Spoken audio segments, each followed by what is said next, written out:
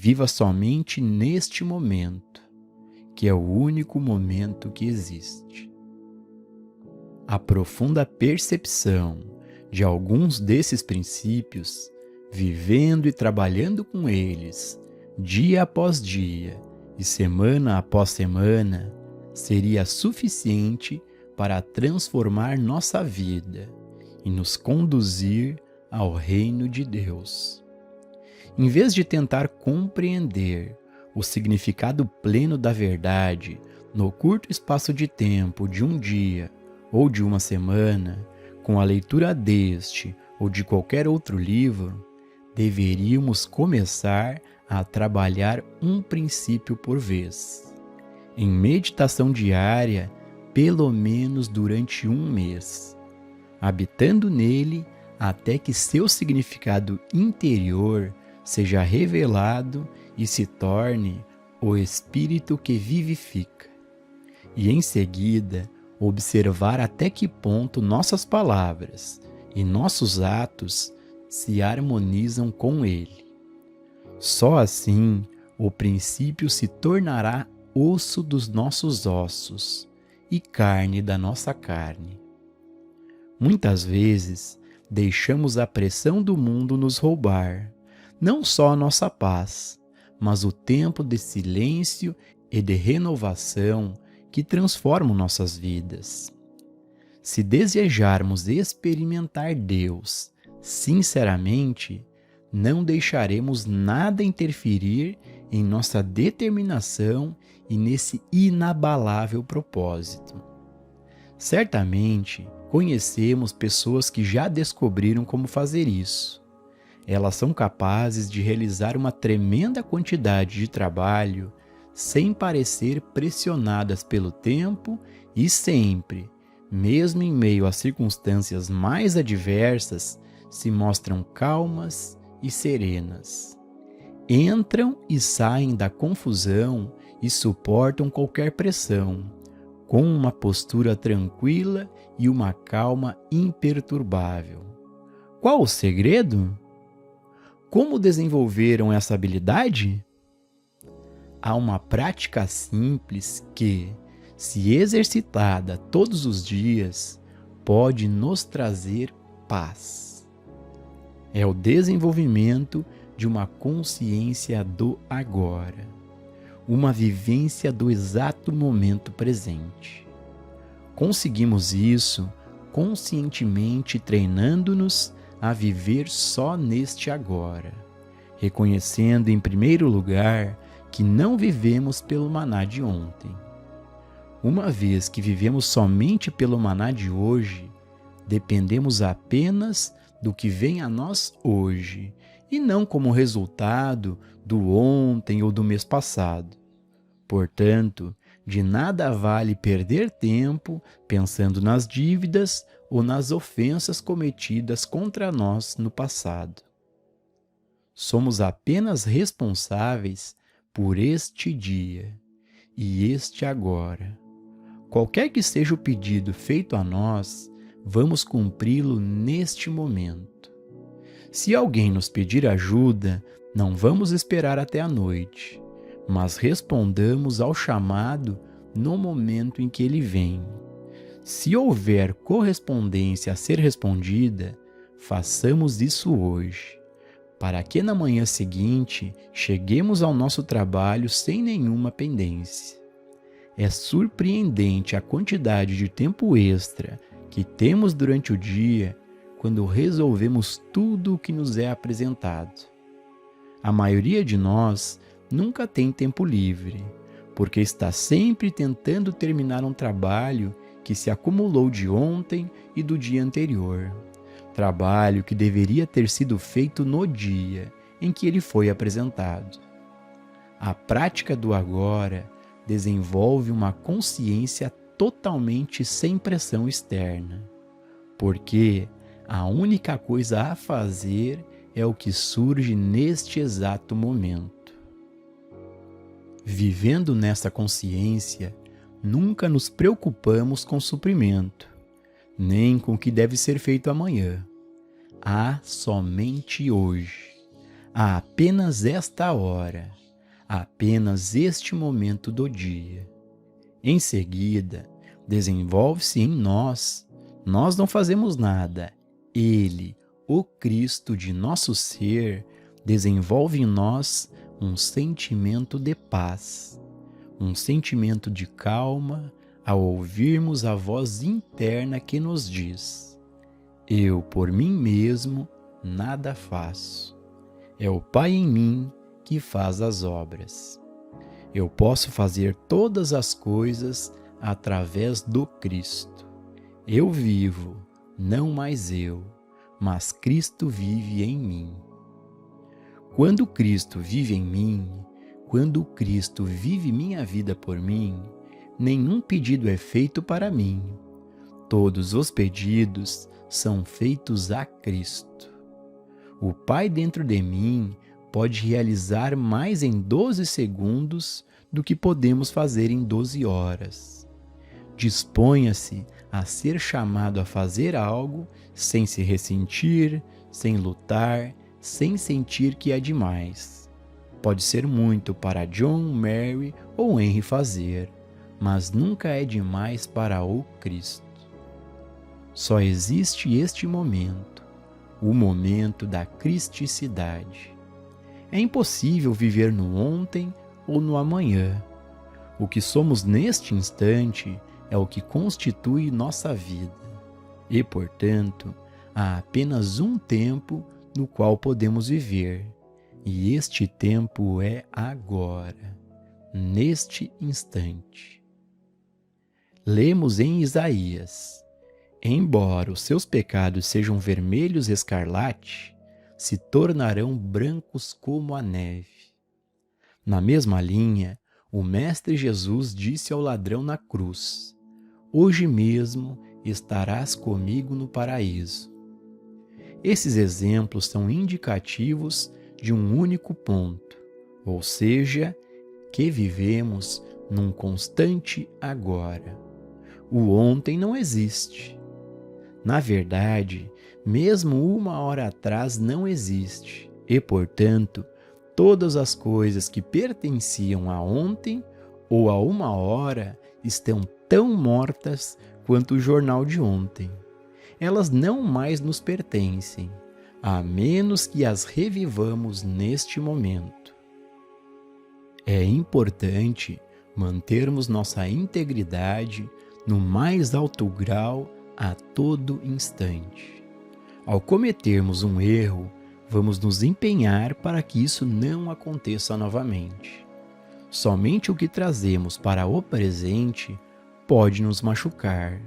Não pode nos machucar o que aconteceu no passado, mas sim o que trazemos para o presente do que aconteceu no passado. Se cada um de nós pudesse começar novamente cada dia com a percepção: eu e o Pai somos um, nossos erros de ontem não fariam nenhuma diferença, desde que não se repetissem hoje. Apenas quando revivemos o ontem e o trazemos para hoje é que os erros nos machucam. Não podemos viver contando com o maná de ontem, nem sofrer com a falta dele. Só conta o que somos, o que temos e o que vivemos neste instante, pois o ontem está somente em nossa memória. Revivemos o passado ao cometermos hoje os mesmos erros de ontem.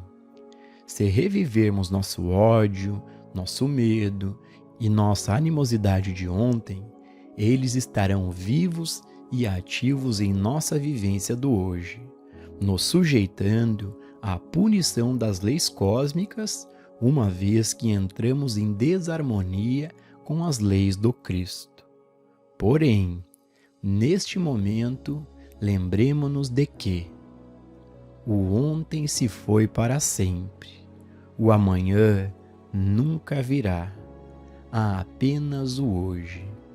E hoje, o amor é a plenitude da lei. Neste momento, eu reconheço o Cristo como o meu ser. Eu o reconheço como a vida do meu amigo e do meu inimigo. Eu só reconheço o Cristo. Portanto, neste instante, somos a consciência do Cristo. Estamos alinhados com a lei cósmica e todo o poder da divindade flui através de nós para perdoar nossas ofensas, assim como nós perdoamos a quem nos tem ofendido, para não nos deixar cair em tentação, nos mantendo na direção da realização espiritual. Vamos nos ater fielmente à cristicidade. Ide e não pequeis mais. Não faz diferença quão graves nossos pecados foram há um momento atrás, se, neste momento, reconhecemos o Cristo. Cristo como onipotência, Cristo como nosso ser individual, Cristo como o único poder em nossa experiência. Só assim somos os filhos de Deus. Assim estamos alinhados com o poder cósmico e todas as forças do mundo se unem para nos defender, para nos apoiar, nos sustentar e para nos manter. Nem eu vos condeno, mas ide e não pecai mais. Esta é a hora do nosso arrependimento. Convertei-vos e vivei. Este é o nosso momento de aceitar o Cristo. É o momento de decidir a não nos entregarmos mais ao ressentimento, à vingança ou à retaliação, nem nos revestirmos com qualquer armadura que nos defenda da maldade ou dos pensamentos de alguém, pois neste momento estamos em nossa cristicidade. Não só estamos em nossa cristicidade, mas na de todos os seres, pois só estamos em nossa cristicidade se acreditarmos que ela também está nos outros. Quando vemos cristicidade no universo, quando vemos Cristo aparecendo na forma humana, na forma animal ou vegetal, todo o poder do cosmos atua em nós. Ela fará maravilhas até mesmo em nosso corpo, ao levantá-lo, ressuscitá-lo, resgatá-lo e espiritualizá-lo, de modo que até mesmo o corpo torna-se o templo do Deus vivo, e não mais carnal ou mortal. O corpo carnal se transforma em sua realidade espiritual apenas no momento da cristicidade. O ontem se foi, velhos dias se foram, nossas animosidades, ciúmes, brigas. O que é isso? Em circunstâncias normais, representam apenas a ignorância humana. Mas o que acontece quando são causadas por aqueles que reconheceram o Cristo? Tornam-se maldade espiritual no mais alto grau.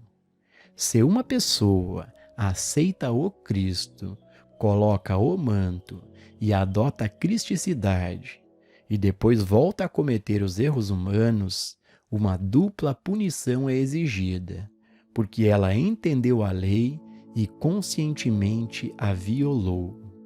Agora sim, está pecando conscientemente e não por ignorância.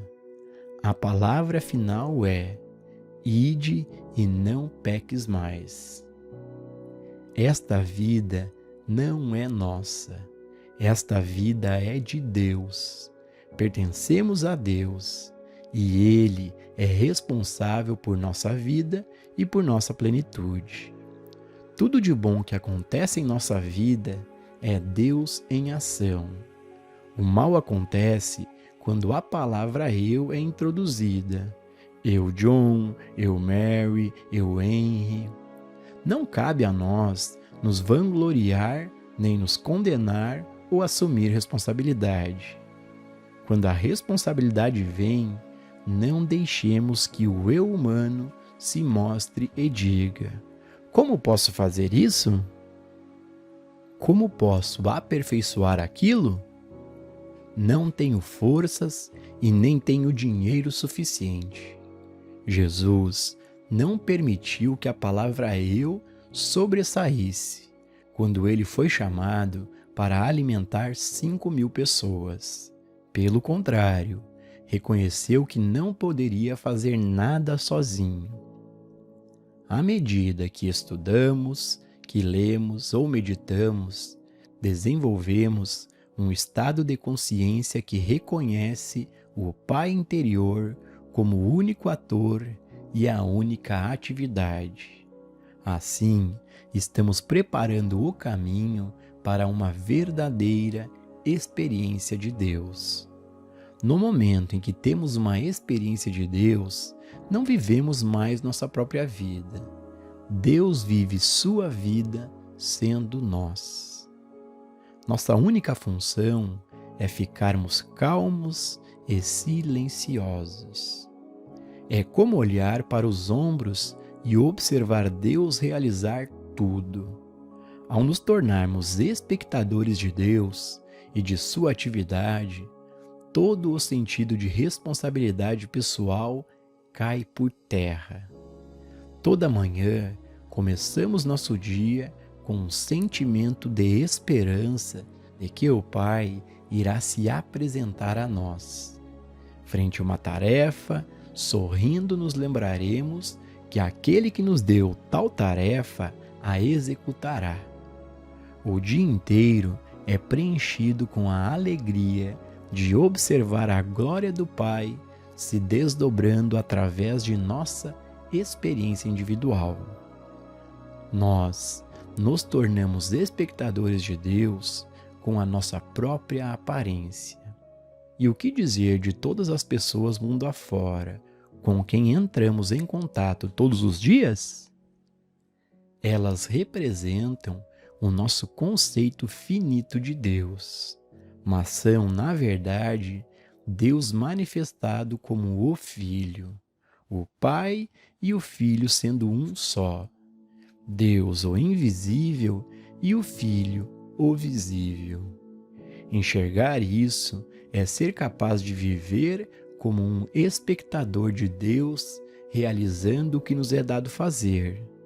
Um espectador de Deus como lei divina de harmonia.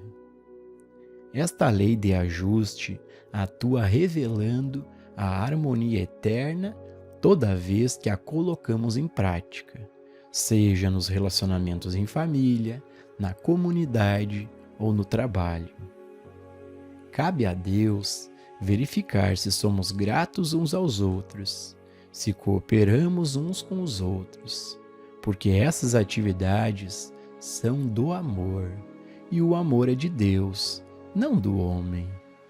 O homem é apenas um veículo para que o amor se expresse. Cristo é a força motivadora de nossa vida.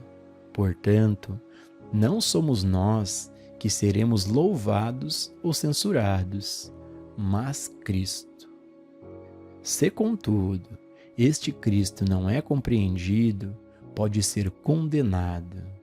Mas não há condenação para quem sabe que apenas o Cristo está atuando nele, pois no amor e na graça de Cristo, qualquer condenação pode ser dissolvida.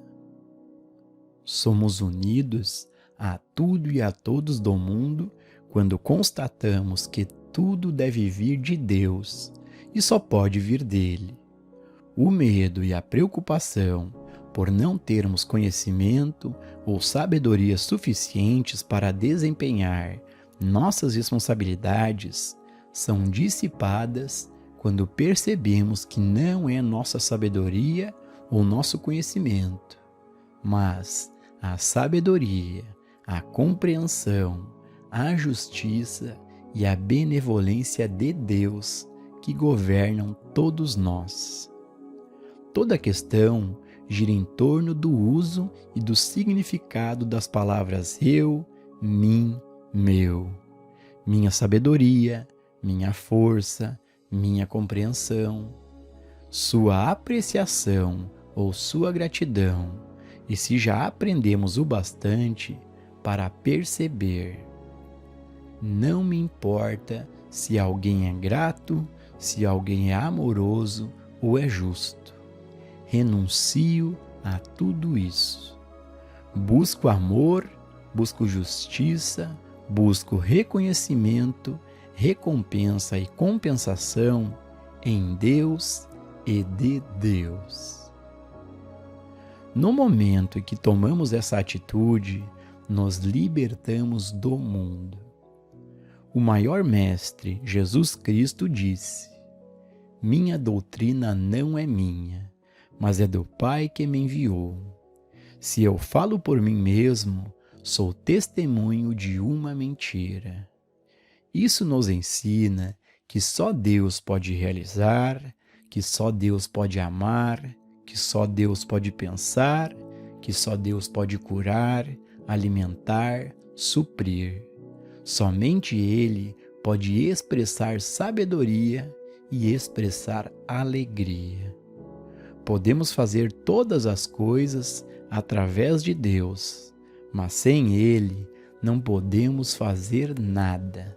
Somos o veículo através do qual Ele se manifesta.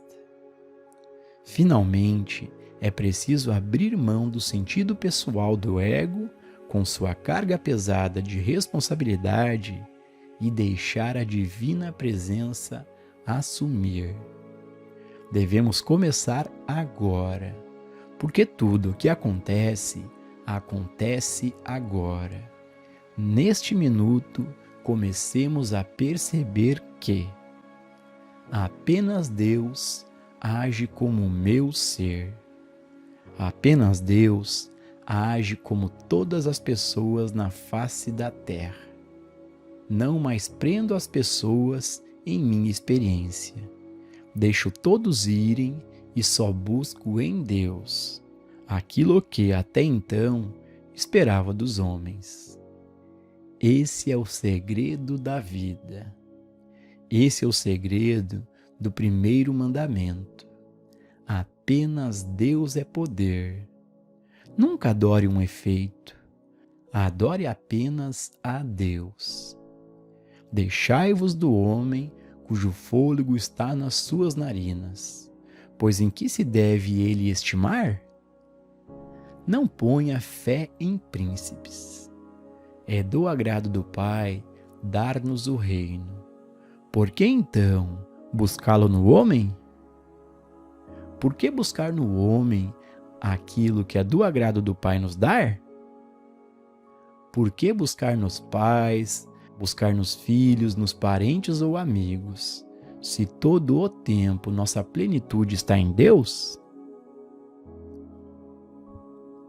No momento em que optarmos pela vida do Espírito, a suficiência através de Cristo, nenhuma das coisas que afligem o mundo irão nos afligir.